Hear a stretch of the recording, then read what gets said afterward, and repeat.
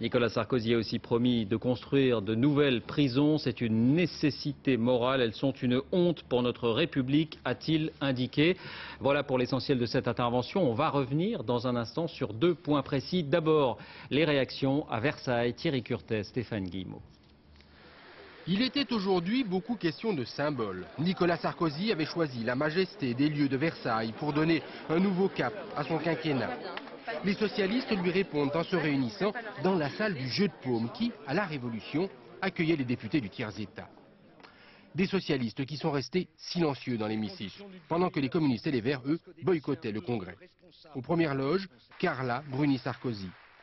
45 minutes plus tard, les parlementaires d'opposition sont ressortis plutôt déçus. Il devait lancer une politique, il a lancé un emprunt. Mais un emprunt, c'est rien d'autre que du déficit, financé d'une autre façon que par les bons du Trésor. Sur le fond du discours, ce qui était frappant, c'était l'aspect catalogue, comme en campagne électorale, et le catalogue se traduisait par une montagne de dépenses supplémentaires. À droite, au contraire, on a apprécié, sans bouder son plaisir.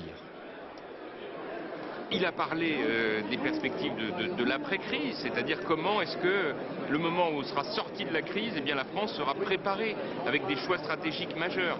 Et ça, je crois que c'est très important. Et surtout de redonner des perspectives à un moment où on sent bien que les choses sont en train de bouger. On ne dit pas que la crise n'est pas terminée, mais il faut commencer à regarder un peu plus loin.